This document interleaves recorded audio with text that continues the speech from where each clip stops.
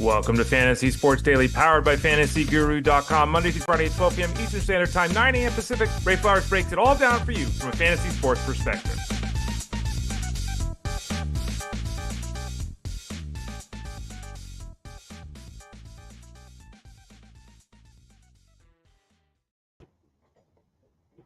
Morning one, morning all. I am Ray Flowers of FantasyGuru.com. Thanks for joining me today on this, I was going to say Friday. It's not Friday, it's Thursday. Joining me on this Thursday. Well, you know, when you get up early on the West Coast, I start the show at 9 o'clock West Coast time every day. It's Monday through Friday at 12 o'clock Eastern Standard Time. You know, you start at 9 o'clock, it sounds, well, Ray, you should be good to go, right? It's 9 o'clock. Come on, wake up. It's true, to some very large extent. I also would point out that I actually start work at 7 in the morning. You know, I've got to do some work prepping this show, getting it ready, all the tech stuff. You know, then I got to answer questions at Discord. I got to get articles up at the website. So, you know, I've been working for a few hours, but still, I'm more of a midday evening kind of person. I always have been. I think you've all known that if you've been with me for a while. And thank you for those of you that have been. For those of you that are new to the show, we don't edit, censor, record this. This is all live. Sometimes I say stupid things. Sometimes I misspeak. Not too often, but sometimes I do. And, you know, we just keep going. We just roll right through it if that's the case. Hopefully that won't be much of a case today. I am Ray Flowers at FantasyGuru.com. Welcome to the show. Again, Monday through Friday, Fantasy Sports Daily, powered by FantasyGuru.com, is on at 12 o'clock Eastern Standard Time. I'm on Monday, Tuesday, Thursday, Friday. Justin Fensterman hosts on Wednesdays. On Wednesdays, I'm with Jeff Mans on SiriusXM Fantasy Sports Radio. Jeff's show on SiriusXM is Monday through Friday at 3 o'clock Eastern Standard Time. So that's kind of the lay of the land. I have had a couple of requests, just to put it out there at the start of the show. I've had a couple of requests for people saying, hey, Ray, we missed you doing the podcast you used to do in the preseason and all that. I get it, and I'm thinking about seeing if I could sneak a couple in. The deal with doing the podcast versus this show, with this show, I do everything. I create the show, I create the graphics, I host the show, I post the show as a video, I post the show as a podcast, I get it up here, I get it up there. I do it all myself. When I do the podcast, I have to send it in. We have to get other people on staff involved, so it's a little more difficult, number one. And number two, the show is an hour every day. When I'm on with Jeff, it's 3 hours on Wednesdays. And there's always about an hour of prep and post work that's required for the show. So I'm spending multiple hours a day doing this show. And so it's just tough to find time to record other podcasts. But I'll think about it. For those of you that are subscribing over at FantasyGuru.com, we do have all the articles coming out. We started our player profile series in full regalia. It's up and rocking and rolling for everybody right now over at the website. Today we've got Xavier Edwards and Victor Robles up. We've earlier had Jeffrey Springs and Reynaldo Lopez. Who else we got in the pipeline coming up? I can actually read to you exactly what the schedule is. Joe Adell and Jung-Hoo Lee on the weekend. Next week, Sedana Rafaela, Heliot Ramos, Tyler Fitzgerald, Garrett Mitchell, Luis Garcia Jr., some of the names coming up. We also have Jeff Mans doing his rookie profile series over on SiriusXM Fantasy Sports Radio. And Jeff is a madman, so he didn't just take a couple notes to do his previews. And if you haven't heard him, I mean, it's not like 5 minutes either. It's sometimes multiple segments on the same player. He basically wrote an article for these guys. And I said, look, Jeff, yesterday when we were on the show, I said, look, you're writing the article anyway. Let's just post it. Like, what do your notes look like? And he's like, oh, I kind of wrote an article for the show. So we're going to start on Friday, tomorrow, a series of at least 5 articles that Jeff has written about the rookies. There is an entire rookie section over at FantasyGuru.com in the draft guide. There are rookie scouting reports. My rookie scouting reports are like a paragraph each. Jeff has got 5 paragraphs each. So Jeff went in a little bit more depth. We also have the top 50 rankings for the rookies for 2025 posted at the website. Check that out. But starting tomorrow, we're going to have Jackson Joe, Dylan Cruz, Roki Sasaki, Roman Anthony, and Noah Schultz. So starting tomorrow, then for 5 days in total, we'll have Jeff Mans' player profile series for the rookies over at FantasyGuru.com. So check that out. Today on the show, we're going to talk a lot about 2 things, baseball and football, as we always do here on a Thursday. Tyler Beaker will visit with us in about 25 or so minutes. Earlier in the week on Tuesday, we visit with Armando Marsal. We talk quarterbacks with Armando. Today, we'll talk wide receivers with Tyler. All the movement. DK Metcalf, Davante Adams, Chris Godwin, Marquise Brown, Joshua Palmer, Darius Slayton, DeAndre Hopkins, on and on and on. So we'll talk about that with Tyler in about 25 minutes. Tomorrow on the Friday show, we always do the Russell Clay. Russell will talk mostly running backs. We'll sprinkle in some tight end talk, which is basically Evan Ingram. But we'll do that tomorrow with Russell. Before we get to the football today, Injury updates: Bobby Witt, C.J. Abrams, Parker Meadows, Gunnar Henderson, Lucas Giolito, Cody Bradford. Some rather big name players we'll discuss. We'll also talk about guys like Gleyber, Torres, and did the Red Sox make a decision with Alex Bregman? Kinda. We'll talk about that in a few minutes. We'll also discuss some other supporting pieces like Merrill, Kelly, and Justin Verlander, some veterans on the hill that no one's talking about, but guys that maybe they'll exceed their draft day cost. By the way, over at fantasyguru.com, you're all aware of this, I think, by now. We update the rankings on a continual basis. That's often daily, and they're constantly tweaking based upon the news and information that we have. The draft book will come out tomorrow. Again, I hate the draft book.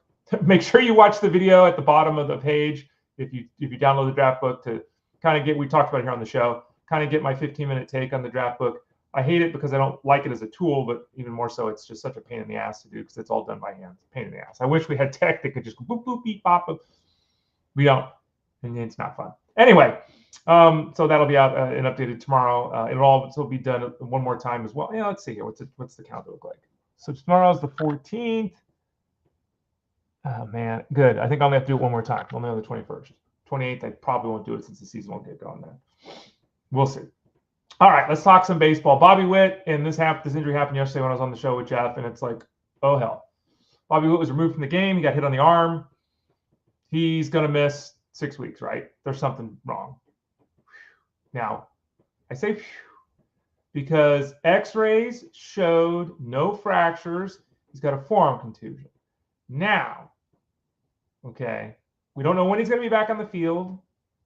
There's always a chance that they run more tests and find something else. Like they might do an MRI, they might do a CT scan, so we're not out of the woods yet. Obviously, the x-ray would show any obvious fractures or anything like that. So that's great news. There's not his forearm's not broken, right? So, could be hairline fractures and stuff. Okay. So for now, I'm not dropping Bobby Witt on the big board. Should you drop Bobby Witt on the big board? I'm going to say no. Again, that's my take right now with what I know. Could that change in 6 hours? Absolutely. We could get confirmation that, there's no concern whatsoever, just a bruise.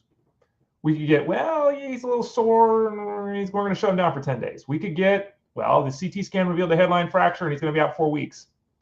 So, I've said this a lot this year, and I think in many years, but I said a lot this year in particular.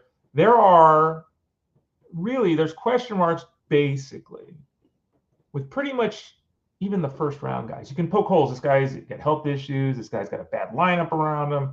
This guy strikes out too much. This guy doesn't lift the baseball. Whatever.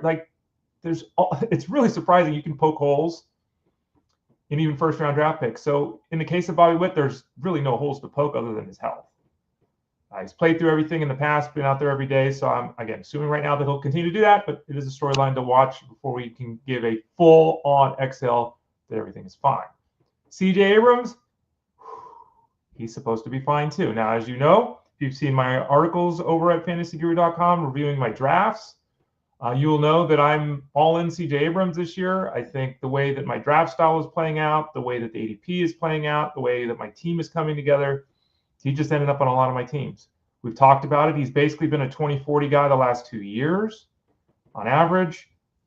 His hit tool coming up was like a 70 out of the 2080 scale, and he's been a 245 hitter to this point. I think he hit 275 this year, which drastically changes his outlook, in my opinion. So I'm all in there, and we're getting ready to do the show yesterday, and C.J. Abrams, was removed from the game with quad tightness. Well, first of all, he's removed from the game, and no one knew what was going on. And this happens in the spring, right? Removed from the game, hits a triple, they take him out.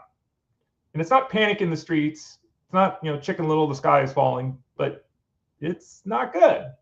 Then we get, he had quad tightness. Okay, no big deal.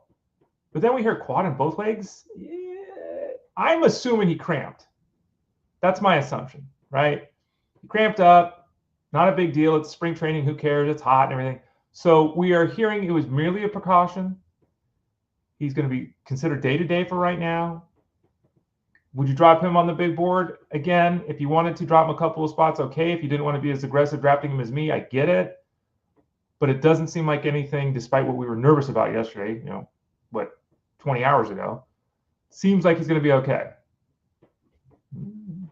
Yeah, you know how that goes. I was crossing my fingers for those of you that aren't watching the show. By the way, for those of you that aren't watching the show, you can watch the show. You can not only watch the show, but you can interact, leave comments and questions on a daily basis at youtube.com/@ElitePlusNetwork, at facebook.com/FantasyGuruHQ, on Twitter X at Fantasy Guru site. In all three of those places, you can watch the video live. You can watch it on demand, but you can also leave comments and ask questions during the show. That's a very useful tool for those of you that want to interact with us. You can always go to fantasyguru.com, click the Elite Plus tab at the top of the page, and that will bring up all the shows on the network. Justin Fensterman's show, Armando Marsal's show, the Fantasy Guru Racing show, which was nominated for an award, and then obviously this show. So that's the Elite Plus tab at the top of the page. And then Fantasy Sports Daily, just type it into your podcast network, and you should be able to find us there too.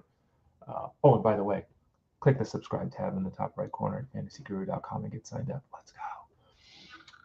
The email, by the way, is support@fantasyguru.com. Support@fantasyguru.com if you got a question. Jordan Walker we've talked about him this year. We talked about him last year. Everyone's talked about him. The expectations were way too high. The results were not good. He disappointed. His first year was okay. The expectations were too high. He was and it's interesting you say that. 2 years ago, he was, trending to being like a top 70 pick. I'm trying to remember. He might have been a top 60 pick. Last year, Wyatt Langford, same thing. Wyatt Langford was better, but Wyatt Langford didn't live up to expectations either. This year, Matt Shaw's flying up draft boards. It's like, Jason Dominguez flying up draft boards. Okay. Walker's got a knee issue right now. It doesn't sound significant. He is making progress. Every day seems to be getting a little bit better, but we don't have a timetable for his return. Not only do we not have a timetable for his return, we don't know if he's going to be ready for opening day. It's only a couple weeks left till opening day now. He started to run as Walker, which is obviously good news. He's been swinging in the batting cages. Okay, so he's doing baseball work, which is good. A lot of guys are, I'm improving, but I haven't been on a baseball field in 3 weeks. Walker's doing things. So he is trending in the right direction, of course. But there's still concern about his availability for game one. The Cardinals would love to get him out there and just play him 150 games this year and let him do his thing. You do you, kid. That's the plan. That could still happen, but it is something to monitor. We have lowered him a couple of spots in the rankings at fantasyguru.com. Nothing significant, because again, this doesn't sound like a significant issue for him, but it is something to keep an eye on. There is a possibility he could open the season on the injured list for the Cardinals. And while we spent a lot of time talking about Siani and Scott and what happens, Siani is still not hitting. Is Scott going to take over as the everyday center fielder? If Jordan Walker is out, Victor Scott is absolutely making this team. And then he gets even a little bit more of a runway to try to prove to the Cardinals that last year's inability to hit is in the rearview mirror. Victor Scott, again, remember this, names, we've talked about it a lot. Victor Scott could steal 50 bases this year, and it would not be a surprise at all. Got to make the team. He's got to hit like he did prior to 2024, because he was a disaster last year, both at the big league level and in the minor leagues. But Victor Scott, he's trending upward, absolutely. And, again, you're spending that 28th, 29th round pick on a guy, taking a flyer. I've seen people take flyers on Jordan Beck. We don't even know if Jordan Beck's going to make the Rockies team at this point. I'd be taking a shot on Victor Scott late in drafts. Victor Cruz, do a little salsa dance. We're talking a football player. Another former elite level player, a guy that was, let's be honest, we've talked about Spencer Torkelson. Spencer Torkelson was the first pick in the draft. He came up and hit 30 home runs, had 80 RBIs, 80 runs scored. Last year was a disaster. They moved into the offseason this year. They started making moves to the Tigers, and it did not look like Torkelson was going to be part of the opening day lineup. Then spring training happens, and all of a sudden he's got 4 home runs. He's batting over 300. People remember this guy was the first pick in the draft. People remember this guy's hit 30 home runs at the big league level just a couple years ago. And it's like, well, now maybe. And this is interesting. Javi Baez is playing third base yesterday. Or was it today? No, it was yesterday, right? Javi Baez is playing third base. Like Matt Vierling's a little bit beat up. Maybe they're considering having Baez be a starter. Maybe they're considering having Torkelson be a starter. Now, the problem with Torkelson as a starter is that if they put Torkelson in the lineup, he's probably going to have to be the DH, right? Because Torkelson is obviously not playing in the outfield, right? So Torkelson plays, Colt Keith at first base, Torkelson at DH. That's a potential here. Now, if that does occur, what happens is then Kerry Carpenter gets moved to the outfield. Kerry Carpenter is an outfielder. Not a problem. He can play in the outfield. He played 45 games in outfield last year. Did spend 48 games in the outfield. Did spend 35 games at DH. And given Carpenter's health woes the last 2 years, and given how fantastic he has been offensively the last 2 years, right? Like, this is not a minor bat. He's got an 860 OPS the last 2 years, which is way into the all-star zone in terms of performance. They need Carpenter's bat in the lineup every day, and in fact, Carpenter's likely to hit 2. We'll circle back to the Tigers' batting order in a few minutes. We'll just do it, when we talk Gleyber Torres. But ideally, Kerry Carpenter would be the DH. That would, in theory, right, allow him to be healthy. Now, when Matt Vierling comes back, Matt Vierling probably takes over at third base. They could always move, if they wanted to, Javier Baez to short and bench Trey Sweeney. So they could do that too. So he's not really in this conversation. But the conversation really comes down to Torkelson, Vierling, and Carpenter. Carpenter is playing every day against righties. He'll probably play against some lefties. Every day Carpenter's healthy, he's basically in the lineup. So it's really down to Torkelson needing somebody to be hurt or putting him at DH and just the Tigers taking the risk of Kerry Carpenter. Torkelson is somebody who we're starting to see drafted. He's starting to go in that 28th, 29th round reserve rounds. And again, it would not be crazy. I was ticked off. We keep in our dynasty league. We have 50-man rosters in my dynasty league. We keep 40 players like a big league team. So we have to cut 10 players at the end of every year. Then we do a draft for 5 rounds. Then we do a 5-round draft, and then it's open waivers to round out the other 5 players. I was taking aim at Torkelson. Was going to be my 3rd pick in this 14-team league. Unfortunately, I think I had the 12th pick, and he went a couple of picks ahead of me in that 3rd round. So, he's trending upward. I've seen him, like I said, drafted in redraft leagues. So keep an eye on Torkelson. The hot spring might get him in the lineup, but even if it does, he's going to have to hit at the start because the Tigers do have all these pieces. And Torkelson has to prove himself to this organization, clearly, because they made decisions to go in a different direction this offseason. Speaking of the Tigers, Gleyber Torres had a hit, a couple of walks yesterday, batting leadoff. He's led off the last couple of games he's played, and he hit 3rd the 2 games before that. So it really seems like wherever Torres hits, he's going to be in the top 3rd of the order. Torres, he's not a leadoff hitter. He's hit leadoff before. He's not a leadoff hitter, okay? But if they put him at leadoff, which kind of, maybe that's what they're going to do. He's a leadoff. Carpenter, Green, Torkelson, like that could be something. Now, that would be righty, lefty, lefty, righty. Ideally, who would they want leading off? You can't put Riley Green there. You can't put Kerry Carpenter there. So it kind of seems like it's going to be Torres. So we got Torres, Carpenter, Green, and then maybe Torkelson, like I was saying. Torres is somebody that no one's drafting, no one's excited about. Then when I say no one's drafting, of course people are drafting him, but his ADP is 240 basically. No one cares about Gleyber Torres, and I get it. He's boring, but boring and stable is not necessarily a bad thing.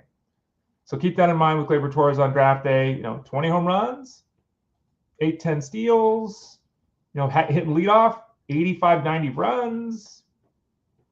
Maybe somebody we should all be taking a little bit more seriously. Speaking of batting orders, the Red Sox have not said exactly what's going on with Devers and Bregman and positions and all that kind of stuff.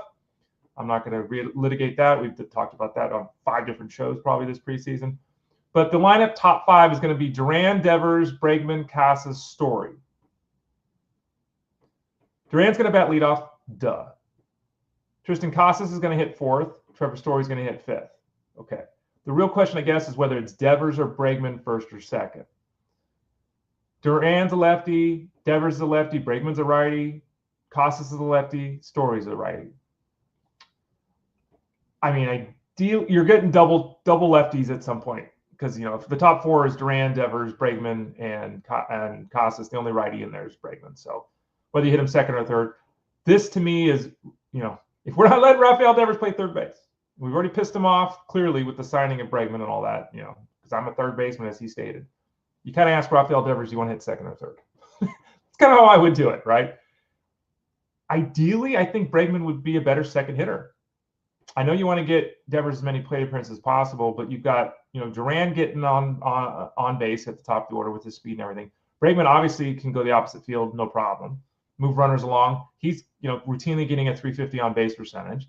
He gets on base for Devers. Now we got 2 guys on base for Rafael Devers. Let's go. So that's how I would handle it. We'll see what the Red Sox do, but that is going to be their top 5. And come on, Trevor Story, stay healthy. We talked about him the other night. I took him in the 20th round of the 14-team FSGA league. Need him to stay healthy. Going back to the Tigers, by the way, I just noticed I had them out of order because, again, this is what happens when you do this in the morning.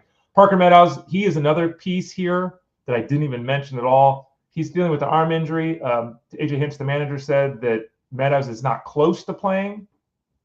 That's the guy, quote, he's not close. Quote, he's just making incremental steps, whatever that means, unquote. He isn't going to be ready for opening day. The question, obviously, is when is he going to be able to return from his arm issue? Remember, Meadows is a 2020 threat. He is somebody that really found his game after, messy start to the year, demotion, all that, really found his game in the second half last season. When he returns in an ideal scenario, he's hitting first or second. So at that point, then things start getting interesting. Let's go. Then we can start talking about going Meadows, Carpenter, or Meadows, Torres, maybe. Meadows, Torres, Carpenter, Green. You don't necessarily want 3 lefties in a row to start. Still, Meadows, Green, Carpenter, it starts getting really good. And again, this is another problem for Spencer Torkelson that we were just talking about, because when Meadows is healthy, he's going to play. So Tigers got pieces, and as my old buddy Kyle Frank, my former coach on Sirius XM, used to say, don't worry about the injuries, Ray. These things end up working themselves out, and they often do. These guys got too many players. How's this all going to work? Oftentimes people get hurt, and it works. Gunnar Henderson, to update him, he's got that side issue. We've talked about him previously multiple times here. It's not positive that he's going to be ready for opening day. There's hope, and I think there's a strong belief that he will be. There is a potential for him to miss the start of the season and end up on the injury list. And this is why we talked about, Ray, what would you do when the injury happened? I said, look, I dropped Gunnar Henderson 3 or 4 spots on my big board. I'm not overreacting to this. Is it ideal? No. Is it a significant injury? No. Is there the potential that he's fine now and he has a setback and he misses 3 or 4 weeks? Yeah. So if that bothers you, just don't draft him. Just take Mookie Betts, right? The FSGA draft that we saw, he fell as far as I've ever seen him fall. He went to 15. So, there's a few people out there that are nervous with Gunnar Henderson. At this point, I'm not nervous, but there is the potential he starts the season on the injury list, though he is progressing. Hit in the cage yesterday, fielded some ground balls. Certainly sounds like he's got a legitimate chance to be ready for opening day. Lucas Giolito, who's coming back from the arm injury, the surgery, all that, has a low-grade strain in his left hamstring. It's a low enough strain that he's going to continue to throw, so that's good news.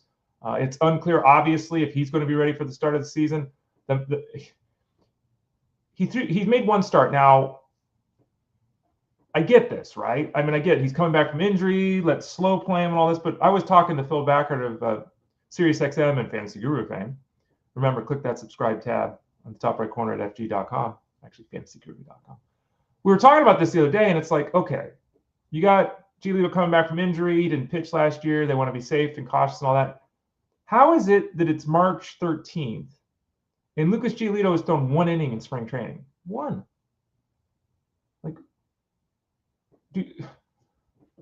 So there is no chance, it's 2 weeks from opening day, there is no possible chance that Lucas Giolito is ready to throw 90 pitches his first turn through the rotation, for the Guardians. It's impossible. He's obviously going to start the season on the injured list unless they're comfortable with him starting and throwing 2 innings, which I don't think they would be. So not an ideal start for Giolito. Still mostly positive vibes around Giolito. The Guardians have a pretty significant history of success on the mound. Giolito has been an innings eater before he hurt his arm. In 2023, he struck out over 200 guys, 280 innings. He's not costly at all. What's his ADP? Is he even getting drafted?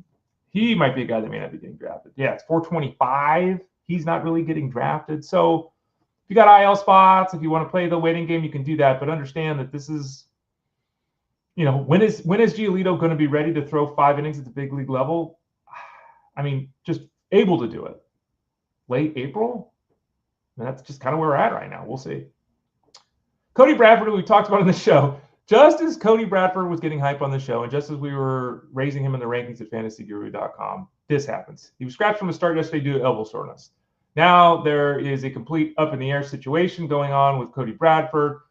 Is he going to start the season on the injured list? He's had an MRI and they didn't find anything significantly wrong, which is a positive.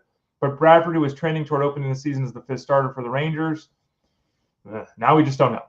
Tyler Mahle, who was going to miss some time, all of a sudden now he's going to pitch. I think he's pitching today, right? Let's look that up to verify. But I think I saw that, right? Tyler Mahle's going to pitch today. So we have concerns about his arm.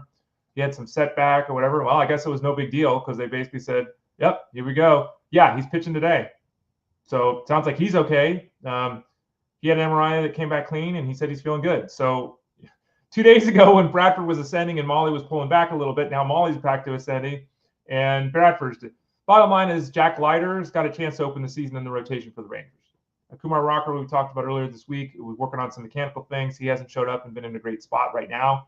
Not that he won't make starts, because he obviously will make starts this year, barring something really bad for the Rangers. But right now, Mahle's up, Bradford down, Jack Leiter up. Ben Joyce, just to put this out there, I was talking again to Phil Backett about this the other day. It was yesterday. Ben Joyce goes out there, and I was just going to say that love watching this guy throw. He's aggressive, firing gas. His arm is going to fly off his body at some point. We know it, all right? And yesterday, he threw a pitch at 103.6 miles an hour. His average four-seam fastball is 102. I saw him. He threw a slider at 94. The slider at 94 is shades of Noah Syndergaard from years ago, which I famously said his arm's going to fly off if he keeps throwing a slider like that, and it did. Let's wish Ben Joyce all the luck in the world. But the human body, we see this, right? The human body, you just can't do this. Yohan Duran's another guy who does 100 every pitch. It's like, gosh, it's amazing to watch. And Ben Joyce is in a pretty good scenario this season because he's only got Kenley Jansen ahead of him, and Jansen's not a young guy. And, Jansen's going to be the closer to start the year, but the Angels could easily, be out of this race by the trade deadline and move Jansen to another team, and Joyce could ascend. So I'm not saying don't draft Joyce. I'm not saying I'm dropping him on the board. We're not doing that. But I'm just saying don't be surprised when his arm flies off. He's throwing 103 miles an hour. Like, it's just insane.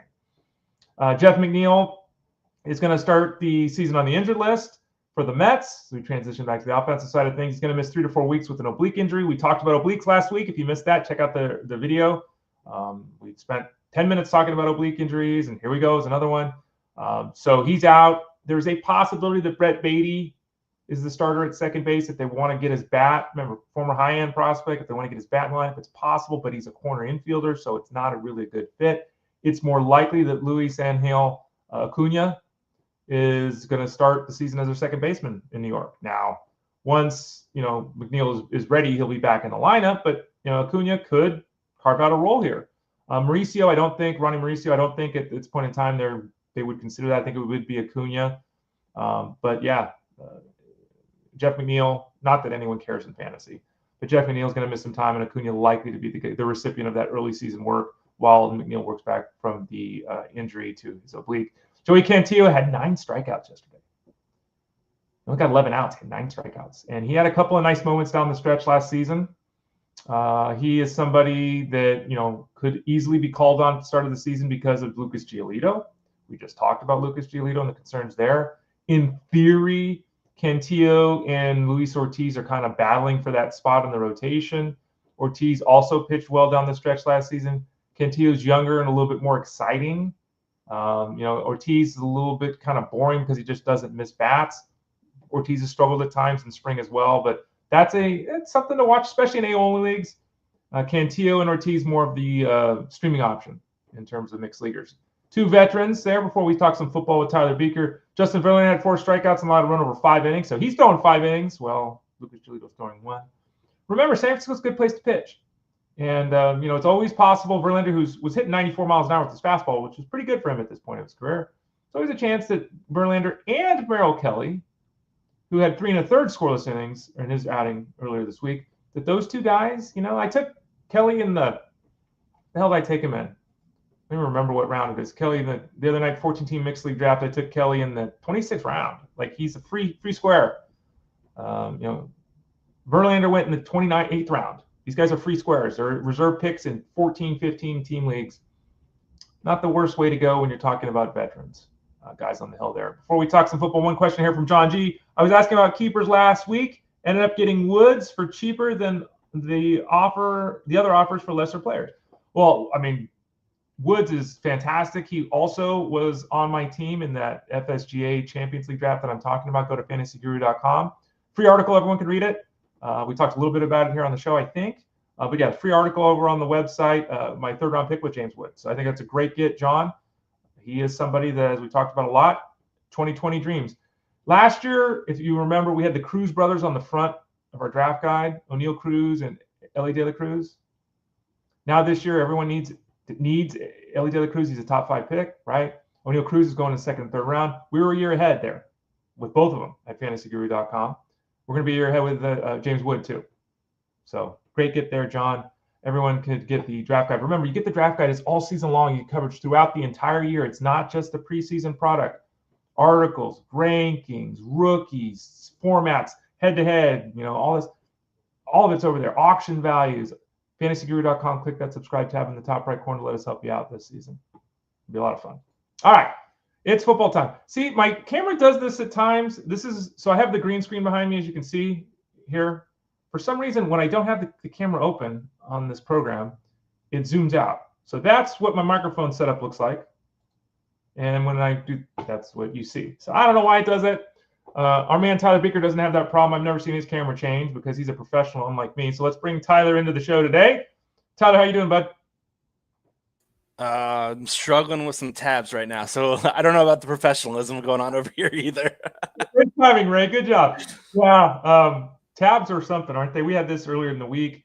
The Twitter feed didn't work, so it wasn't streaming live, and I think the first 10 minutes of the show were terrible because I'm doing stuff while I'm talking, and I'm okay at doing that, but still it wasn't great. So I don't know. I got you there, Tyler. Everything okay, or you need me to vent for a couple more seconds here while you're figuring things out? No, I'm good. Just please excuse my eyes darting around my screen right now. Yeah, things are good here. We've had a lot of news in the NFL, so it's been a very actionable last 3 days, quote unquote, with the tampering period. Right. But yeah, it's been very fun in the NFL. What do you think about that? Like NFL, we talk about this all the time. They're so good at capturing the audience. You can't sign anybody till yesterday, but we know everyone's signing. Like it's bizarre because it's not like in baseball, they'll announce he's signing with somebody and he's signing with somebody, but there's no period where you can't do that. Do you like the way the NFL does it? Is it just a marketing scheme, really? I mean, it's weird. I don't understand it. It makes no sense to me. It feels like this all is breaking the rules. Right. I don't get it whatsoever. Do not get it. But heck, it's the NFL. They can do whatever the heck they want. Okay, good. Because I sometimes think as somebody who's a baseball guy, I think about this stuff and it's like, it doesn't make any sense. I'm glad you're a football guy that you see it the same way I do. Tyler Beaker of FantasyGuru.com. He covers, the wide receiver breakdowns each week over at FantasyGuru.com, the matchups with the defensive backfields and stuff. That's one of his big deals that he does on a weekly basis in season. So we obviously would think it's great to talk about him at the wide receiver spot. So let's do that. The Steelers made a huge move. They brought in DK Metcalf from Seattle. They gave him a huge contract, $150 million contract extension. He and Pickens seem somewhat redundant, outside deep threat kind of guys. What is your thought process with that potentially volatile duo with a head coach who doesn't put up with any nonsense and the uncertainty at the quarterback position? Because it seems like Aaron Rodgers is going there, but we just don't know. Yeah, very redundant here. I'm looking at routes run in the vertical capacity, and Metcalf among the league leaders there. George Pickens not too far behind. We got a pair of twin towers there that do feel very, very redundant in terms of what they bring in terms of skill set. This is also an Arthur Smith-led offense, so I'm expecting pass volume to be on the lower end, a slow, run-oriented attack. I think we're looking at best case scenario, 115 to 120 targets for Metcalf. And to me, that really means he caps out at mid-bottom wide receiver 2, where we're really hoping he can run pure in terms of touchdowns. We also have to keep in mind that this was a massive contract. He should be viewed as the number one guy running the typical X routes, as the alpha guy that above George Pickens, who's entering the final year of his rookie contract. Curious to see how they end up playing off each other. But yeah, I mean, if we can reasonably assume half, if not more, of Pickens' vertical routes and vertical opportunities, namely the targets, are likely to go to Metcalf, given us chasing the dollar signs here. Really downgrades Pickens' value substantially. So I mentioned Metcalf being like in the wide receiver 2 bucket. I think best case Pickens is a back end wide receiver 3. And I still think we should kind of put a pin in like our full evaluations with these guys until we get the quarterback situation nailed. Russell Wilson visiting with the Browns, visiting with the Giants this week. Aaron Rodgers in the mix for Pittsburgh. Let's just see how this thing plays out. But Wilson at least is interesting with the skill set he has in terms of still being a great deep ball thrower and what these two guys do on the field. But if it's Rodgers, we're going to see a lot more back shoulder stuff, some timing stuff, and that could take some time to iron out with him joining a new offense. And honestly, him and Arthur Smith feel like a really good match in terms of how they have typically played. But we'll see how this one plays out. I think this is one where we should leave it sort of an incomplete grade until we get the QB situation figured out. Yeah, it's so weird, right? It's like it seems like the quarterback and the OC work. Seems like the quarterback Rodgers and the system just are. But then you look at Metcalf and Pickens, and it's like, I mean, Metcalf got paid, so maybe he won't care if he's getting 5 targets. I don't know. I think he will, but maybe he won't.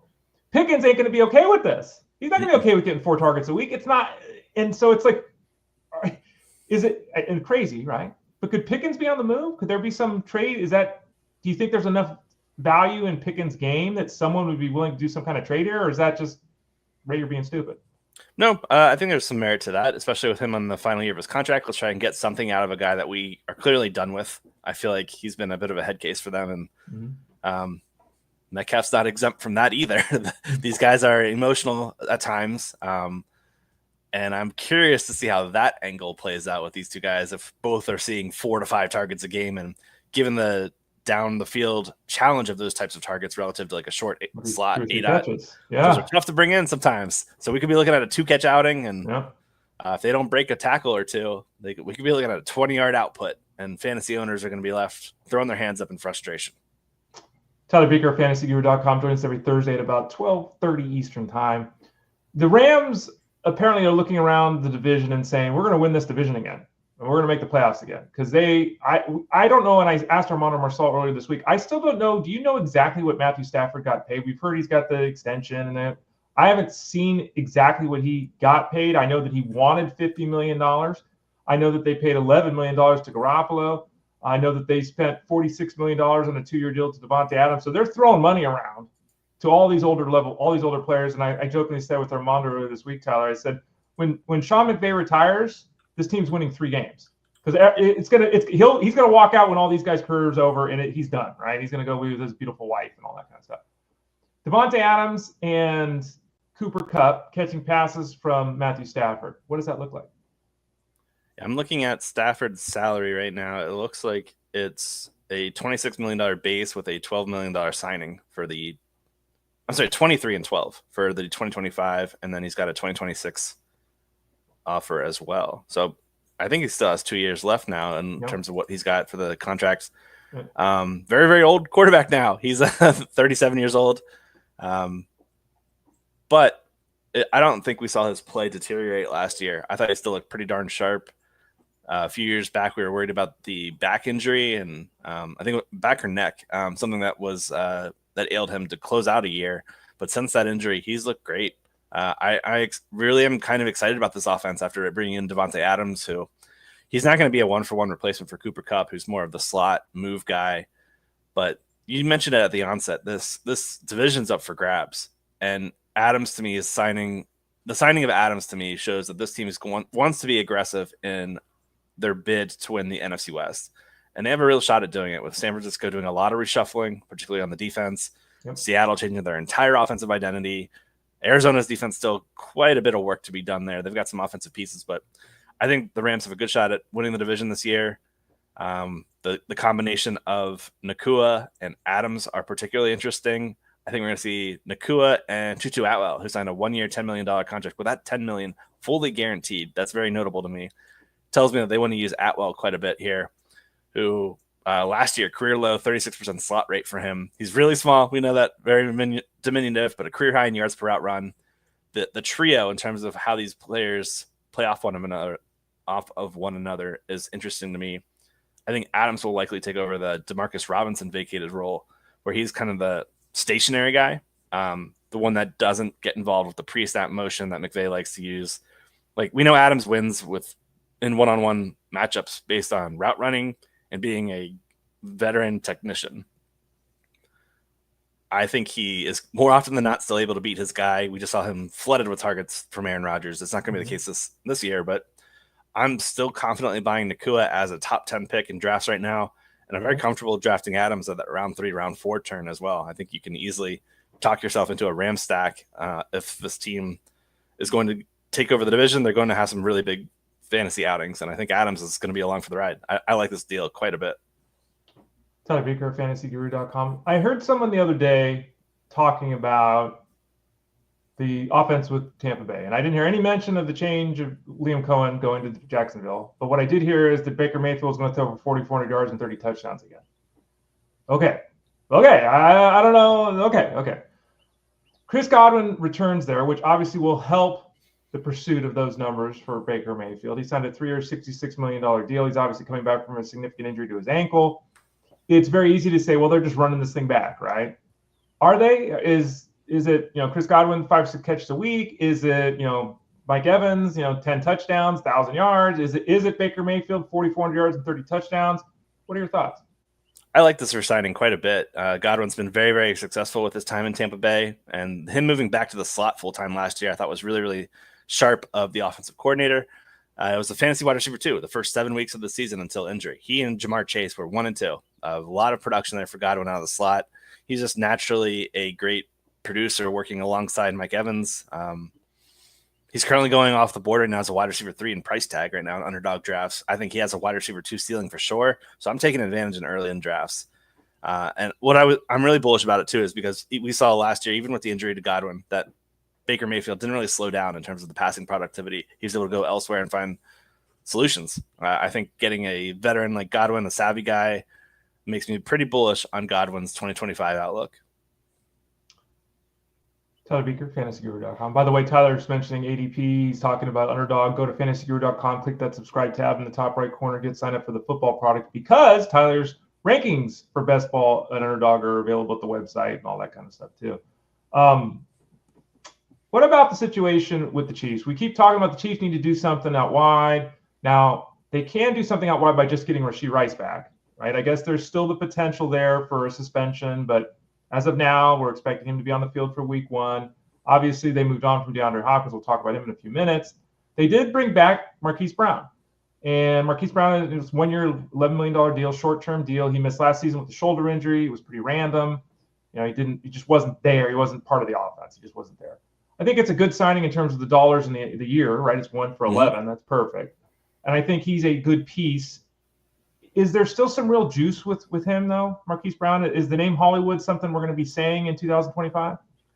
Yeah, it's definitely seen the lights dim in Hollywood relative to his Baltimore days, but I like this deal. It's basically a re-roll of what happened last year at a cheaper contract where Brown had an injury plague start to the year, was unable to play until late in the season, and it wasn't really until those games where Hollywood was back on the field that this Chiefs passing attack started registering positive EPA per pass plays. That just really tells me that he was a needed weapon, a net plus to this offense. And when we add in off-field stuff for Xavier Worthy, we talk about the recovery timeline for Rashee Rice, who's coming back from injury. It just seems like a much-needed signing to add a veteran pass catcher for Patrick Mahomes. To date, he's currently my most drafted wide receiver on Underdog. I'm digging this wide receiver 10, wide receiver 11 ADP for a guy that could see quite a bit of volume if we see something happen with Worthy, if we see Rice have any kind of bumps in his recovery timeline. Yeah, I think he's just a great signing, and you're not paying any kind of premium for him at all. Tyler, what about the signing of the Ravens, DeAndre Hopkins, 1 year contract there? I mean, $5 million, I think it is. Anything? Is it? Do we draft? Do we draft him? Not. He can still got good hands, but it looks like he can't separate anymore. And going to Baltimore, it's not like they make heavy use of the wideouts. It seems like a good signing for the Rams, but who cares in the fantasy space? Do you agree with that? For sure, yeah. Mine is the same thing. Sure-handed receiver, great addition for Baltimore. We look at the signings over the last 5 years in draft classes. They've got some hits at wide receiver. I'd call Zay Flowers and Bateman after these last 2 years. These guys have been pretty well in terms of they've done pretty well on a offense that doesn't always pass the heaviest. But they cost round one draft capital to acquire. They've also had a lot of misses in like their day 2, day 3 picks, guys like Devontae Walker, Tylan Wallace, Devin Duvernay, where they haven't been able to draft and develop. And I think adding a veteran like Hopkins makes a lot of sense. Chain mover, cheap, 1 year, $5 million contract with another $1 million available in incentives. I like the deal for a guy that's probably chasing a ring right now in his career.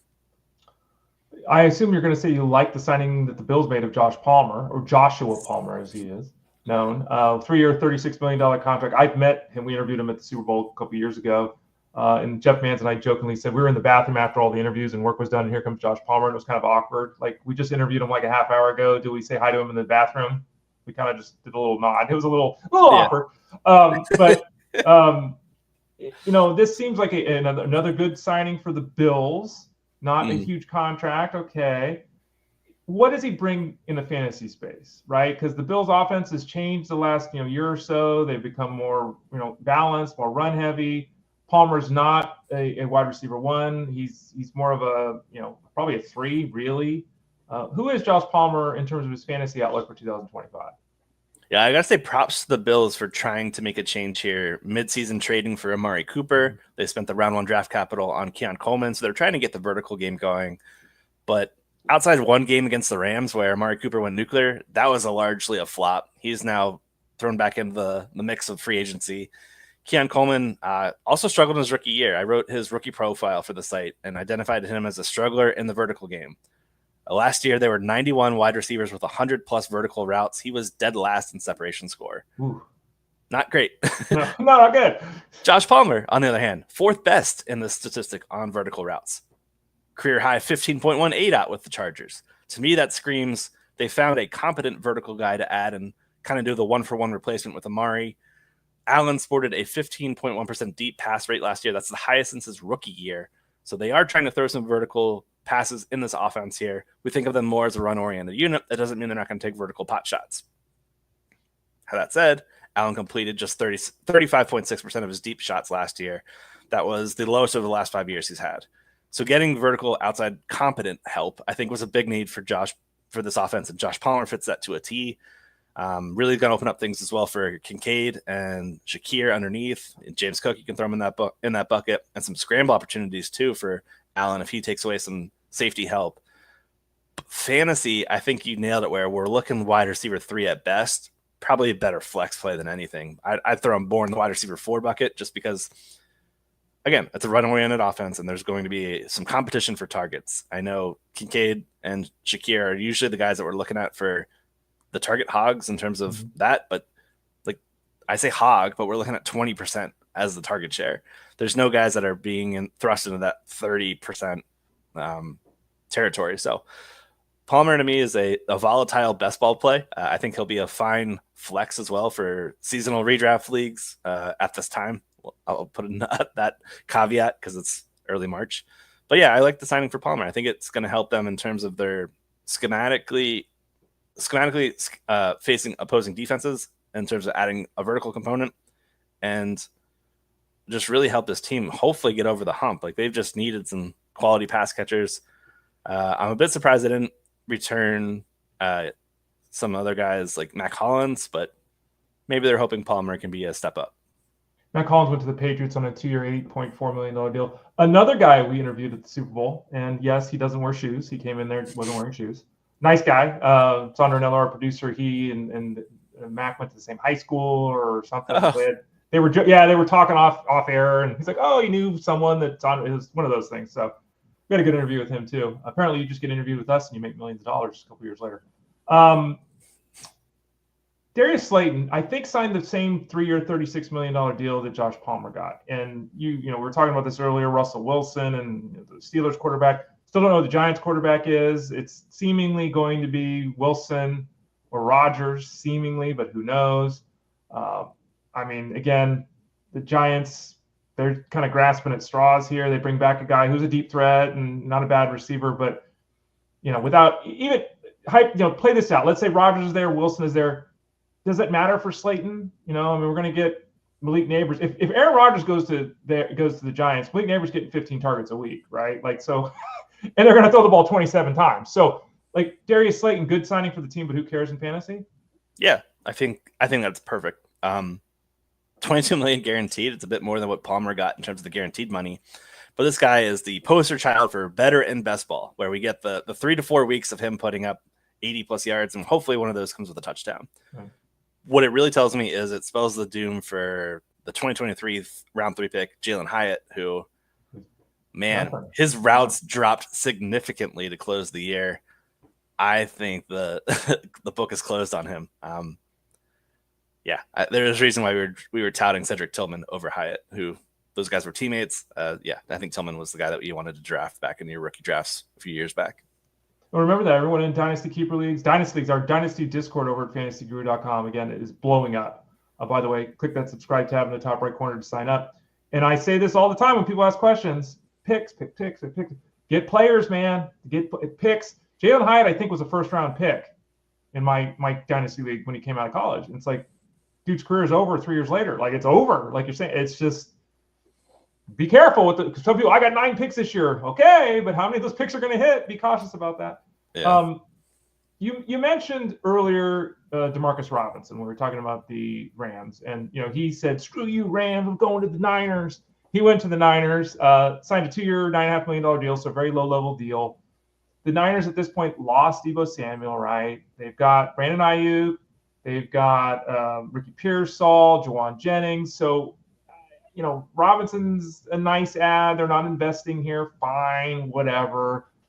He scored a bunch, 7 touchdowns last year, I think, on limited targets. Anything to see here with Robinson? Is there any scenario where in a redraft league you're taking him if the other 3 guys are healthy? Or is it, well, we know Brandon Ayuk's not going to be healthy in week 1, so maybe there's some early season look here with Demarcus Robinson? That's my thought. It's more of the insurance in case Ayuk has a bit of a slower recovery. I was trying to pull up his game logs against the Niners last year to see if there was any kind of you know how GMs sometimes do that, where they'll see a player do really well against them and then sign him? He scored 2 touchdowns against us last year. Not the case for Demarcus Robinson. He had 1 target, 0 catches in 1 game, and then he had 1 catch in the other game. So,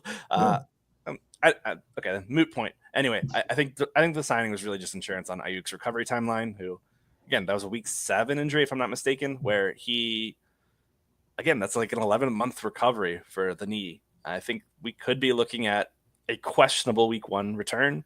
They've spent some draft capital on other wideouts that look like fun project players, but a few of them have really risen to the top of the depth chart. Looks like Pearsall seems like a hit. Juwan Jennings has been a consistent presence for them whenever he's gotten opportunities. I feel like this guy's just really a depth piece and an insurance policy for Ayuk. Tyler Beaker of FantasyGuru.com joining me, Ray Flowers. We're both of FantasyGuru.com. You mentioned earlier the 1-year, $10 million deal that Tutu Atwell got. Same price point, 1-year, $10 million to Dyami Brown, who joined the Jaguars now. Again, Jaguars got rid of Christian Kirk, his 80 catches out the window. They got rid of Evan Ingram, his 5 catches a week out the window. They bring in Dyami Brown. Is there a role here for Brown? There's a lot of, as people say, vacated targets. There's a bunch of them available there with the Jaguars, and they got a new head coach, Liam Cohen. Yeah, I always view Dyami as like the vertical slot, and that's an interesting role to have when you have the shallow slot of a guy like Parker Washington that's currently slated to take over for the vacated Christian Kirk role. But we've seen Parker Washington really not do much at the next level so far. He's had some opportunities with Kirk's injuries over the last 2 years, hasn't really shined. I think this is more of an insurance policy in case one of Brian Thomas or Gabe Davis gets injured. Those are the 2 primary vertical guys, but they're both more on the outside. Brian Thomas has some inside-outside versatility, but Dyami, I think more is just that vertical slot option where they just kind of needed some competency beyond those guys at the top of the depth chart. They really thinned things out by letting go of veterans Christian Kirk and Evan Ingram. Hoping for a big year from Brenton Strange. I think he's a very, very quality fantasy selection right now in rookie drafts. I'm sorry, not rookie drafts, fantasy drafts. With the guys that they've added, like Johnny Munt and I'm forgetting the other guy. But basically 2 more of the pass blocking tight ends, setting up Strange to be the pass catching option. It really just tells me big year for Brian Thomas. Hunter Long. Thank you. Yes. Yep. It's a fine deal. He's got another $2 million available in incentives if he's able to get there. So I think that's a fine 1-year flyer contract. You can return home, Tyler, because Mike Williams is going back to the Chargers. You're going to tell me best ball. You're going to tell me DFS only. You're not going to tell me either of those. No, I think he's a wasted pick. Okay. I thought he was cooked entering Pittsburgh. He didn't prove me wrrong. He had very unusable fantasy weeks.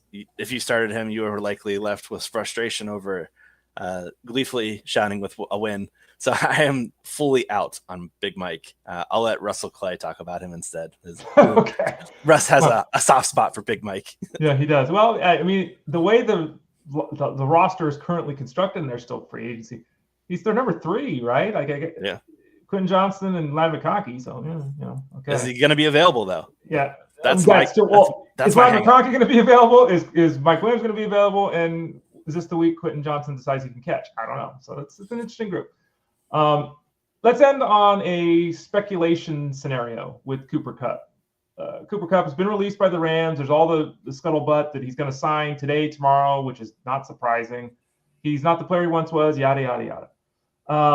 Someone's going to pay him. He's going to be involved in wherever he goes. It is extremely unlikely that he's going to go somewhere and get 3 or 4 targets. Like, he's going to be part of the offense. Obviously, the questions are, can he hold up and that kind of thing. We've talked about Cooper Kupp, but just kind of reiterate where you're at with him physically and what you think could happen without knowing his team.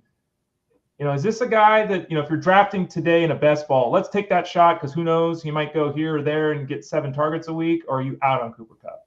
I think right now he's a round 9 selection where there's that ambiguity. He's coming off a poor season. Let me rephrase that. He's coming off several poor seasons since that Triple Crown year. Has not looked great. To me, he's following that Michael Thomas path where once you hit the Triple Crown, your career's just kind of descending, and it's tough to be bullish on him. He entered the league very late very late for a rookie. I think he was a 24-year-old rookie, so he's 31 years old. So he doesn't have as many miles relative to other wideouts. But I don't know. I think if I'm forced to select him, it'll probably be in stacks where I finally figure out which team he goes to. Right. Outside of that, I'm probably not going to be eagerly targeting him. I just saw enough last year where I thought it could have been outside that 21 target force-fed game. Nah, we didn't really see much from him. So I'm going to let others go in that direction. A couple of moves in the last hour or two, by the way, just to hit on with the Steelers. The Steelers have their quarterback. They brought in Mason Rudolph. They signed him to a 2-year deal, so he returns to Pittsburgh. And Arthur Smith's oldest son, Scotty Miller, returns for another season with Arthur Smith. I mean, obviously Mason Rudolph signing, there's no way they're going into the season with him as number 1. It's, it is what it is. But just want to give people's blood pressure a little bit of a pump there when I said they had their quarterback. That was the old radio trick, Tyler. Was I bad for doing that? No, I love it. I saw that earlier, and I'm like, okay, that makes sense. They had Skylar Thompson as their practice squad QB, and that was it on the roster. After hearing Russell Wilson talk to other teams, I think adding just a veteran made sense. By the way, just before we let you run, Kenny Pickett going to be starting quarterback for the Browns this year? Yeah, wild. That's what it looks like, right? I don't know. I think round 2 selection is probably going to be a quarterback after they brought back Myles Garrett. Okay. I'm envisioning pick 1 pick, probably Cam Ward. Pick 2 could be Shedeur Sanders. Curious to see what the Browns do, but my thoughts are you guys need a quarterback. You got to roll the dice here. And even if he's not the QB1 of the class, whoever you get there at number 2, you need somebody. This team just needs a reboot in the worst way possible. So does Kenny Pickett's career. maybe they align. I don't know. I think it's more likely that he is the bridge, quote unquote, and they drafted quarterback at number 2 overall. Tyler Beaker, fantasyguru.com. Tyler, thanks for your time today. We appreciate it. You're here with us every Thursday at about 12:30 Eastern Standard Time in the new house. Everything's still going smooth. For those who don't know, Tyler moved recently. So I got the green light to hang things up on the walls. So nice. We'll try to have a minimal number of holes in the wall. But I'm excited to be here. I've been here for a week and I'm really enjoying it. Also really excited for next week in terms of content for the Fantasy Guru website. We are starting to roll out our rookie profiles. So we will start them coming out on Monday. And I believe we'll be trying to do one every day, Monday through Friday. So plenty of content in the pipeline for the FG crew. Click that subscribe tab in the top right corner at FG. You can send a note to support@fantasyguru.com. Support@fantasyguru.com. If you have any questions, baseball, football, basketball, hockey, NASCAR, PGA, MMA, soccer, horse racing. I'm sure I'm leaving things out. We got a lot of things over there. Click that subscribe tab in the top right corner over the site. And Tyler, I'm glad you found your hat through the move. You didn't lose it. It's one of my favorites. Yes, this flamingo hat, one of my favorites still. Thanks for joining us today. We'll talk to you next week, and have a great weekend, and good luck with these rookie player profiles starting next week. All right, thank you very much. Have a good one, everyone. He's Tyler Beaker. I'm Ray Flowers. We'll be back again tomorrow at 12 o'clock Eastern Standard Time. I'll talk baseball for the first half hour. Second half of the show, we'll visit with Russell Clay. We'll talk about the running back position and all the movement that has occurred there through the NFL and free agency. For Tyler, I am Ray. This has been Fantasy Sports Daily, powered by fantasyguru.com.